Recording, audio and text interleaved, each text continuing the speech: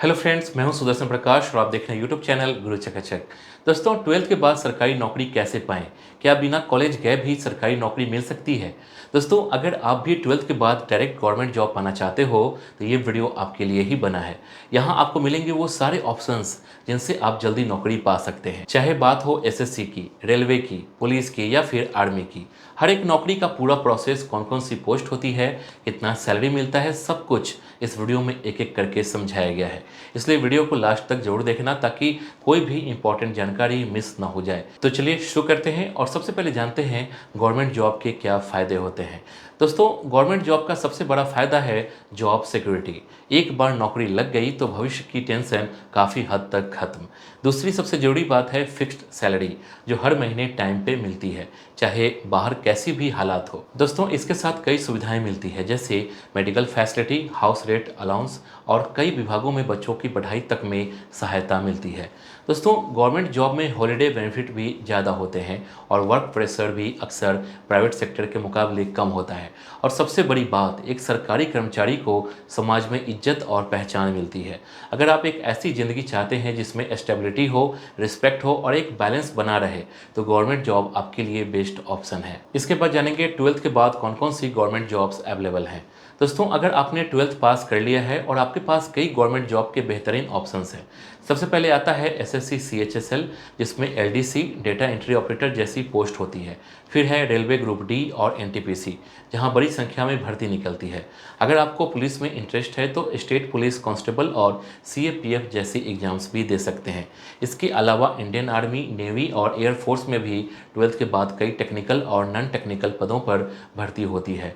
Forest guard, post office jobs, multitasking staff, MTS जैसी jobs भी काफ़ी स्टूडेंट के लिए सेफ और स्टेबल ऑप्शन होती है।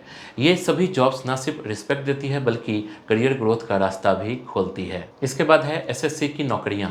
12th के बाद एसएससी सीएचएसएल। दोस्तों, एसएससी सीएचएसएल एक ऐसा एग्जाम है जो सिर्फ 12th पास स्टूडेंट्स के लिए होता है और इसके जरिए आपको सेंट्रल गवर्नमेंट की नौकरी मिल सकती है। इसमें 4 तरह की पोस्ट होती है। एलडीसी मतलब lower division clerk, data entry operator मतलब डीईओ, पोस्टल असिस्टेंट मतलब पीए और कोर्ट क्लर्क। इसका सिलेक्शन प्रोसेस 3 स्टेप में होता है।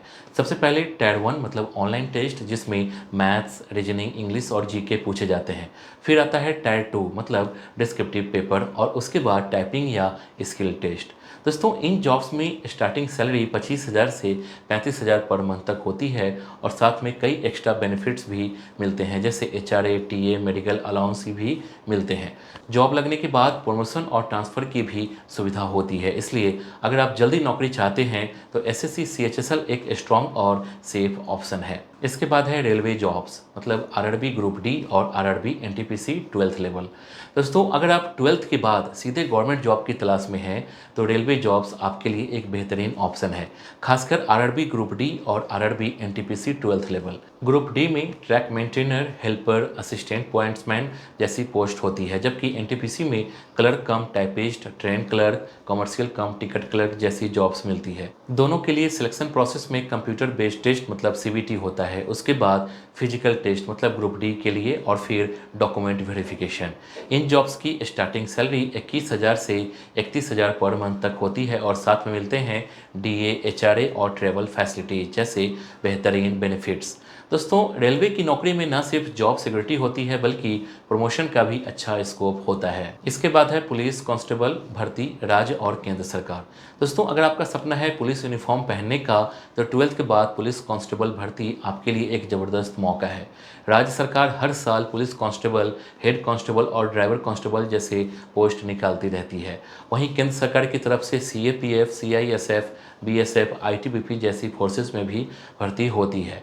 एलिजिबिलिटी होती है सिर्फ 12th पास और एज लिमिट अक्सर 18 से 25 साल के बीच रहती है। सिलेक्शन प्रोसेस में सबसे पहले होता है रिटन एग्जाम, फिर फिजिकल टेस्ट जिसमें रनिंग, लॉन्ग जंप जैसे टास्क होते हैं और फिर होता है मेडिकल टेस्ट और डॉक्यूमेंट वेरिफिकेशन। दोस्तों, सैलरी की बात करें तो स्टार्टिंग में 21,000 से 30,000 तक मिलती है, साथ में यूनिफॉर्म अलाउंस, रिस्क अलाउंस और प्रमोशन का भी मौका मिलता है। अगर आप स्ट्रॉन्ग बॉडी और देश सेवा का सपना रखते हैं तो पुलिस की नौकरी आपके लिए परफेक्ट है। इसके बाद है Indian army, navy, air force. Twelfth के बाद डिफेंस में भर्ती। दोस्तों, अगर आपके दिल में यूनिफॉर्म पहनकर देश की सेवा करने का सपना है तो ट्वेल्थ के बाद डिफेंस में भर्ती आपके लिए एक शानदार मौका है। सबसे पहले बात करें इंडियन आर्मी की, तो यहाँ आप ट्वेल्थ के बाद soldier, general duty, GD, clerk, tradesman और टेक्निकल सोल्जर जैसी पोस्ट के लिए अप्लाई कर सकते हैं। क्वालिफिकेशन 10th या 12th होनी चाहिए। एज लिमिट होती है 17.5 से 21 साल और सिलेक्शन प्रोसेस में फिजिकल टेस्ट, फिर मेडिकल एग्जामिनेशन और उसके बाद रिटेन एग्जाम होती है। स्टार्टिंग सैलरी लगभग 25,000 से 30,000 पर मंथ होती है। अब बात करें इंडियन नेवी की, तो यहाँ 12th साइंस वालों के लिए SSR मतलब सीनियर सेकेंडरी रिक्रूट और 10th पास के लिए MR मतलब मैट्रिक रिक्रूट की भर्ती होती है। एज लिमिट 17 से 20 साल होती है और सिलेक्शन में computer based test, physical fitness test और फिर मेडिकल टेस्ट होता है। सैलरी करीब 30,000 पर मंथ मिलती है। अब आते हैं इंडियन एयरफोर्स पर, जहां 12th PCM वालों के लिए अग्निवीर वायु के तहत भर्ती होती है। इसकी एज लिमिट है 17.5 से 21 साल और सिलेक्शन प्रोसेस में होता है रिटन टेस्ट, फिजिकल टेस्ट और मेडिकल एग्जाम।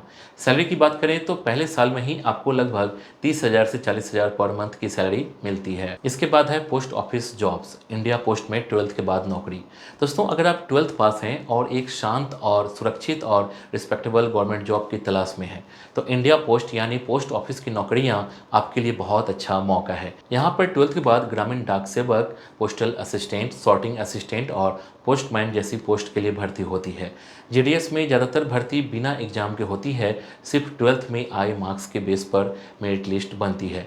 बाकी पोस्ट के लिए रिटन एग्जाम भी हो सकता है। एज लिमिट आमतौर पर 18 से 27 साल के बीच होती है।